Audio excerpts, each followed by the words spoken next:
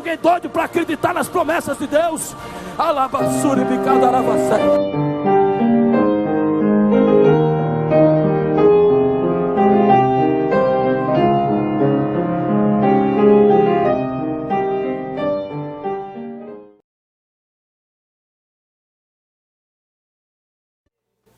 Cumprimento-vos com a paz do Senhor. Graças a Deus. Só quem trouxe a Bíblia Sagrada localiza Atos dos Apóstolos, capítulo número 9, verso de número 15 e o 16, que diz assim: Disse-lhe, porém, o Senhor: Vai, porque este é para mim um vaso escolhido, para levar o meu nome diante dos gentios, dos reis e dos filhos de Israel, e eu lhe mostrarei o quanto deve padecer pelo meu nome. Quantos podem dizer amém? Amém. Querido Deus e eterno Pai, fala poderosamente aos corações dos que aqui se encontram, porque nós sabemos que a única razão pela qual este povo veio aqui foi para te conhecer um pouco mais, Senhor, adorar o teu santo nome, ouvir a tua voz e ser massageado pelo teu Espírito, Senhor. Então fala poderosamente esta noite, esta manhã de Santa Ceia, meu Deus, e que esta palavra, esta rápida palavra, Senhor, que ela faça uma diferença enorme, Senhor, nos dias, semanas e meses que se seguirão, em nome de Jesus. Graças a Deus. Queridos, estamos aqui diante de parte integrante de um dos capítulos da Bíblia Sagrada, a qual eu mais gosto, pois começa aqui uma nova fase na vida de um homem, de um dos homens a qual eu mais admiro na Bíblia Sagrada. Depois da história de Cristo, nosso Senhor, para mim, a história do apóstolo Paulo é uma das mais sublimes contida na Carta Magna. E eu muito me alegro e muito me inspiro nas palavras escritas pelo apóstolo e também na vida dele. E este capítulo, a qual eu acabei de ler alguns versículos, parte integrante dele, mostra-nos um encontro que este homem ele teve com Deus. Nós sabemos que o apóstolo Paulo, ele foi mais influente do que todos os Césares de Roma junto. O apóstolo Paulo foi o maior educador cristão e o maior educador no sentido completo que o cristianismo e que o mundo já conheceu. O apóstolo Paulo foi o maior missionário e também o maior plantador de igrejas de toda a história. O apóstolo Paulo influenciou mais do que todos os filósofos, influenciou mais do que todas as personalidades históricas ora conhecidas. E esse texto aqui revela-nos um dos episódios mais marcantes e mais intrigantes de sua história, o dia em que o Senhor Jesus resolveu ter um encontro com ele a caminho de Damasco. Nós sabemos que este fato deixou duas grandes características na vida do apóstolo. Aconteceu duas coisas na vida do apóstolo depois desse fato. Esse fato deixou duas marcas na vida do apóstolo, uma pessoal e a outra interpessoal, uma no próprio apóstolo e a outra nas pessoas que compunham o mundo antigo. Primeiro, pessoal, porque o apóstolo ele entrou em uma certa confusão. Por quê? Porque antes ele era perseguidor da igreja. O texto sagrado nos fala, no capítulo de número 8, os primeiros versículos, que ele respirava ameaça contra os cristãos. E essa palavra no original do grego dá a ideia de uma fera selvagem. Esta expressão, respirava ameaças e mortes contra os cristãos, dá a ideia de uma fera selvagem. Paulo era uma fera selvagem. A Bíblia Sagrada nos revela Paulo como o assolador da igreja. No capítulo de número 22, verso 10, o próprio apóstolo ele se reconhece como perseguidor do caminho, ou como aquele que perseguia o caminho de Cristo. A mesma Bíblia Sagrada nos revela, no capítulo de número 26, a partir do verso 9 até o verso 11, uma lamúria do próprio apóstolo. E quem lê Atos dos Apóstolos, quem lê Gálatas, quem lê as epístolas, ora escrita por esse gigante da fé, vê a marca que ficou, a marca pessoal, vê realmente lamúrias e lamentações. Por quê? Porque outrora ele perseguia o caminho da verdade. A Bíblia diz que ele encerrava muitos dos cristãos na prisão. E se você ler o texto, você vai perceber que Paulo não tão somente persistiu na morte de um certo pregador por nome de Estevão, mas ele não só consistiu, como matou outros pregadores, outros ministros. Ele era uma fera selvagem. E a Bíblia diz que esta obra era praticada por Paulo, e dentro dele, ele achava que estava fazendo uma obra para Deus. Ele achava que estava fazendo algo agradável aos olhos do eterno Deus, que fez os céus e também a terra. E agora ele tem um encontro com aquele a qual ele perseguia, e o mundo de Paulo cai. Tudo aquilo que ele tinha como verdade caiu por terra. Tudo aquilo em que ele acreditava agora, de uma hora para outra, foi tirada do seu raio, do seu campo de ação. E Paulo descobriu que estava errado. Paulo descobriu que ele havia estudado tanto. A Bíblia Sagrada nos fala que ele havia estudado aos pés do certo mestre chamado Gamaliel. Quem era Gamaliel? Neto de Hilel, um dos maiores formadores de judeus e fariseus da época. Estudou tanto sobre Deus, mas não conhecia o Deus eterno. Buscou tanto conhecimento, buscou tanto conhecimento e não conhecia o Deus do conhecimento. Os 3 dias que se seguem, a qual a Bíblia Sagrada nos fala que ele fica cego, acredito eu, não existem relatos bíblicos acerca disso, que foram dias difíceis, dias de remorso, dias de tristeza, dias de por que eu fiz isso, por que eu falei isso.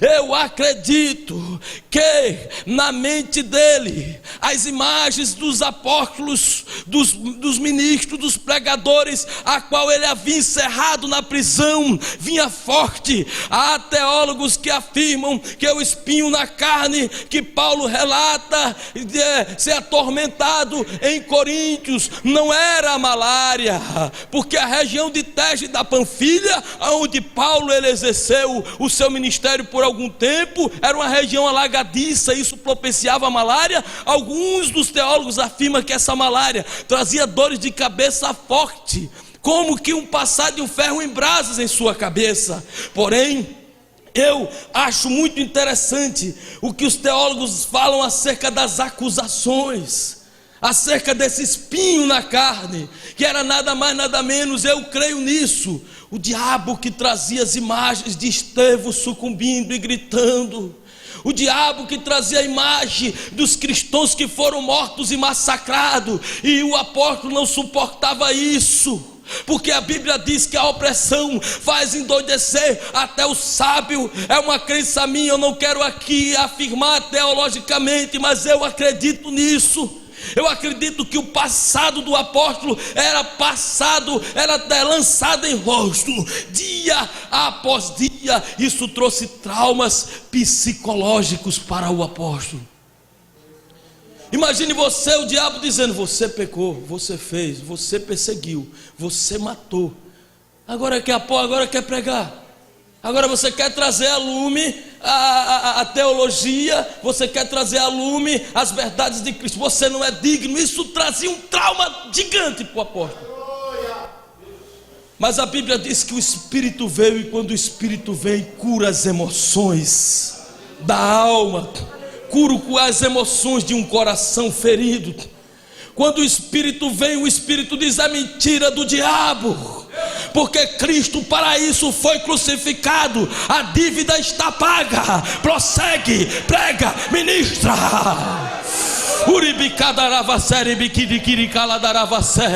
Quando o Espírito vem, ele diz: o teu pecado Deus jogou no mar do esquecimento, Paulo. Quando o Espírito vem, o Espírito diz: continua, continua, continua. Eu estava ouvindo o pastor Silas Malafaia pregar por esses dias. Me admiro muito o pastor Silas, e ele falou algo que me chamou a atenção. Ele disse assim: não deixe que pensamentos que travem a sua mente entrem no seu coração. Você não pode deletar um pensamento, mas você pode substituir ele por um pensamento de vitória, por um pensamento de bênção. Quando o diabo te acusar do teu passado, lembre a ele do futuro dele, e se lembre das promessas que Deus fez em tua vida. Deixa eu ver quem tem promessa aqui. Deixa eu ver quem tem. Só quem tem, levante a mão para o alto e dá um brado de glória.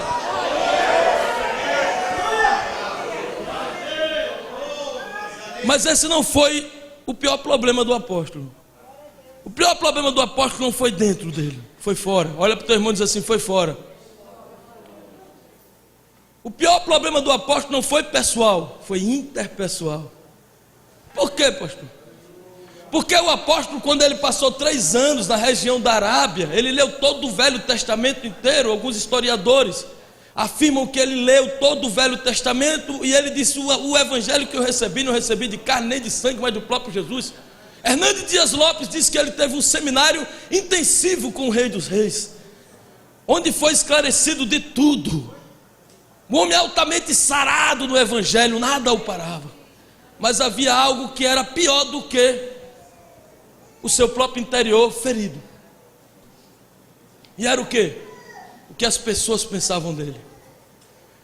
Toda essa saga trouxe para o apóstolo uma descredibilização. Os judeus ficaram confundidos, os apóstolos não acreditavam que realmente aquele homem havia tido um encontro com Deus.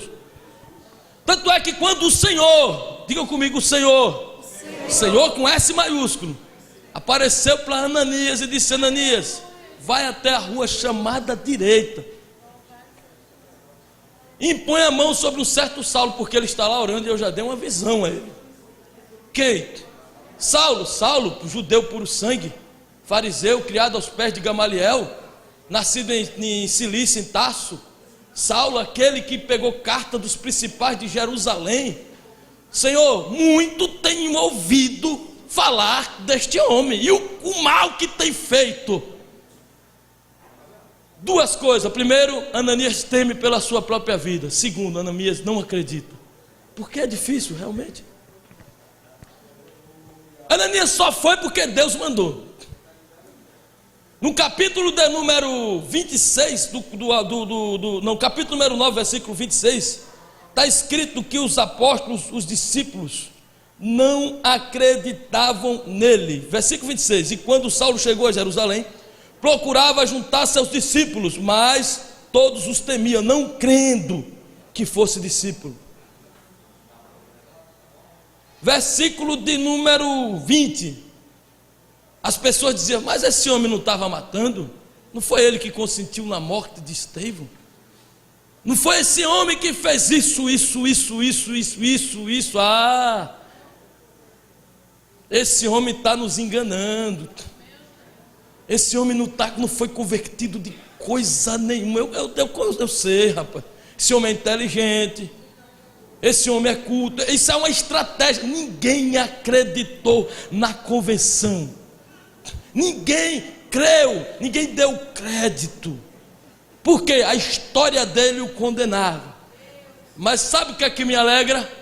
Que quando Ananias disse: Senhor, esse homem fez isso,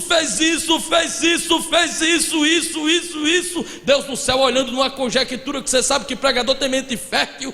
Então eu acredito que o próprio Deus ficou ouvindo lá no trono da graça, no trono da glória, só olhando. Quando Ananias terminou, eu acredito que Deus deve ter pensado: Ananias, ele fez tudo isso que você me contou, e um monte de coisa que tu não sabe, um monte de coisa que só eu que sei, porque eu acredito acompanho. Só que é o seguinte, para você, ele é um homem que não tem condições de nada, mas para mim ele é vaso escolhido e pronto e acabou. Olha para o teu irmão e diz assim: você é vaso escolhido, você é vaso escolhido. Deus te escolheu antes do ventre da tua mãe, e a obra que ele tem na tua vida vai ser concluída. Só quem crê nisso, levante a mão para o alto e glória. Eu já estou entregando aqui a oportunidade, mas me lembrei em 2005, quando eu fui ordenado e reconhecido como pastor de Madureira, na 36ª AGO lá em Sumaré, pastor Leocádio Braz. Teve um pregador por nome de Meike Sotrake do Canadá. Esse pregador trouxe uma mensagem muito boa. Só tinha pastores, aproximadamente 6, 8 mil pastores estavam na plenária, e ele contou um testemunho que quando ele estava pregando em uma das cidades da Índia, ele pregou para uma multidão imensa. Deus não salvou, Deus não batizou com o Espírito Santo, não houve nenhum sinal. Ele ficou triste e voltou para o hotel, que era uma oca. Ele estava pregando numa tribo, ficou triste naqueles dias que Deus não faz aparentemente nada. O pregador ficou chateado, porque a alegria de pregador não é pastor Leocádio, não é obreiros e pastores que aqui estão, é ver Deus fazer. A gente quer ver Deus curar, Deus salvar, Deus restaurar as emoções do povo. Ou até o próprio pastor Gilmar Santos disse: se Deus não cura, não batiza, não fala com o povo e não salva, então que raio de pregador é você?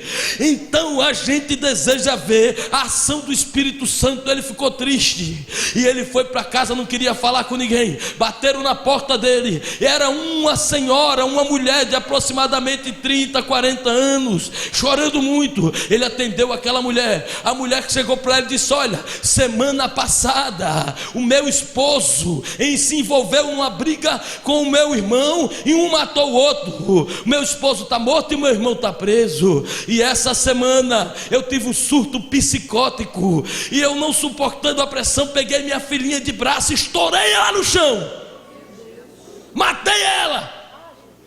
E eu não sei o que aconteceu e estou arrependida e vim aqui perguntar para o Senhor se Deus tem condições de mudar e de me salvar. O pregador olhou para ela e ele disse, deu vontade de bater nela, de esganar ela. Disse: agora ela vai ver o que foi a dor que aquela criança sentiu. E ele disse que quando estava para virar de costas e ir embora e bater a porta na cara dela, a voz do alto céu bradou e disse: pregador, pega a tua Bíblia e volta para casa. Ele disse: mas por quê? Pega a tua Bíblia e volta para casa. Por quê, Senhor? Porque se tu não acredita que eu posso restaurar, salvar, restabelecer esta mulher, então tu não serve para pregar o Evangelho. O amor de Deus está além, está além, está além, está além, está além. Se não acredita em você, Deus acredita. Deus acredita. Quem sabe veio aqui sendo acusado pelo diabo, pelo que fez, pelo que pensou, pelo que fez lá no passado. Deus manda te dizer que Ele acredita. Ele te vê como vaso, Ele te vê como vaso. Deixa eu ver aqui, só quem crê nessa verdade.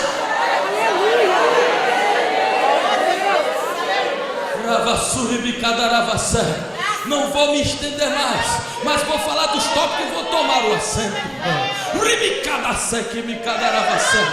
Aleluia. A primeira razão porque Deus acredita em você é porque Ele vê o teu coração. E se tem uma coisa que Deus é apaixonado, é pelo coração sincero e arrependido. Deus vê o teu coração. Samuel, Samuel, oi Senhor, eu não vejo o que está fora, eu vejo o que está dentro da alma onde ninguém vê. A Bíblia Sagrada nos fala que todas as coisas estão livres e patentes aos olhos daquele a quem temos que prestar conta. Você não sabe o que está acontecendo no coração do seu irmão. Eu acredito, senhores obreiros, que lá em Jerusalém estavam orando, pedindo providência. Senhor, mata, faz alguma coisa. Como é que pode? Esse homem chega, acaba os cultos. E eles não sabiam o que Deus estava fazendo lá no caminho de Damasco. Ei, irmão, aquele que não acredita acredita em você não sabe o que Deus está fazendo dentro da tua alma, dentro do teu coração. Deus pode surpreender, Deus pode surpreender, Deus pode surpreender. Ninguém sabe o que Deus está fazendo na vida do teu esposo, dentro da alma dele. Dentro da alma dele, Deus pode estar trabalhando e ele dando uma de machão, de fortão, mas ele não está resistindo mais. Você está entendendo, irmão? Só Deus sabe o que se passa dentro de um coração humano. Fica de pé, fica de pé, fica de pé, fica de pé, com a permissão do pastor. Pode, pastor? Fica de pé em nome de Jesus Cristo. Rigue-me fogo é minha face.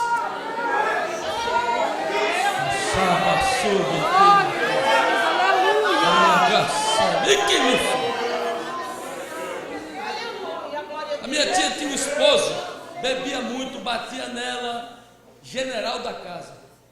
Eu era meio pequeno. Quando ele dizia ninguém sai, ninguém saía.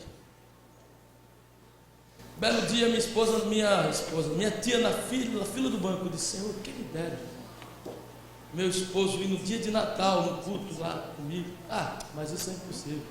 O pastor Abner falou terça-feira passada: cuidado com o que você pensa. Deus olhou e disse: está dizendo que é impossível para mim. Dia de Natal, qual foi o dia?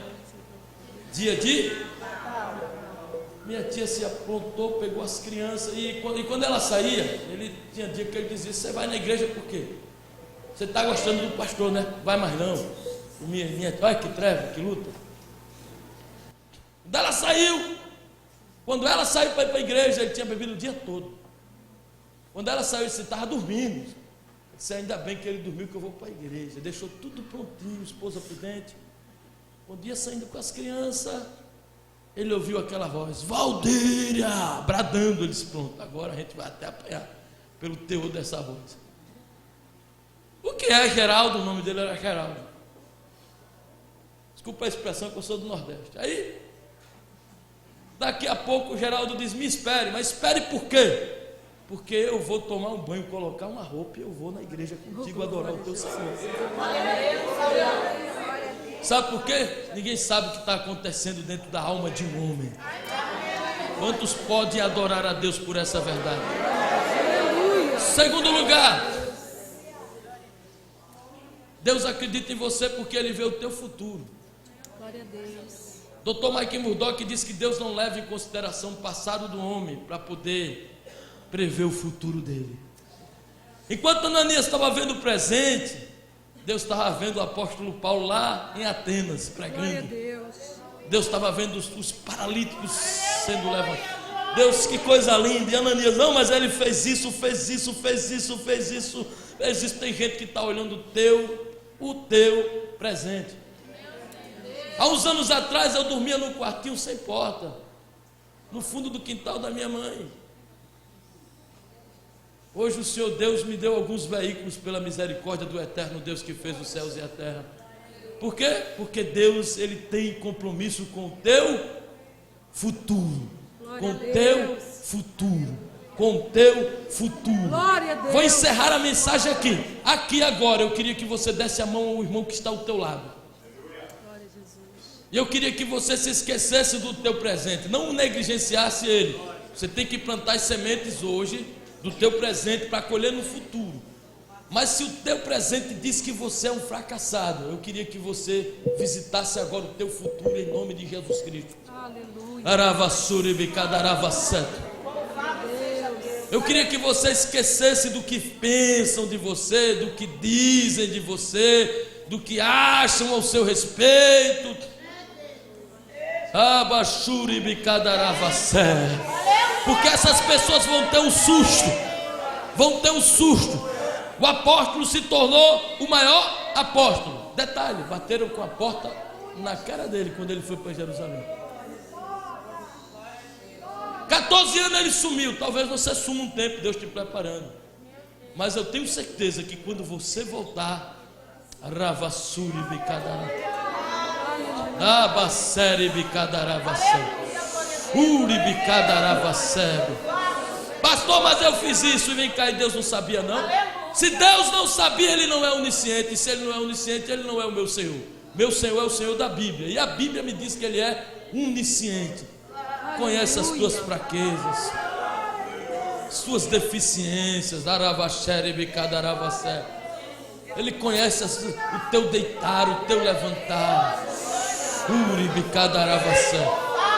Projetou um ministério lindo, sublime.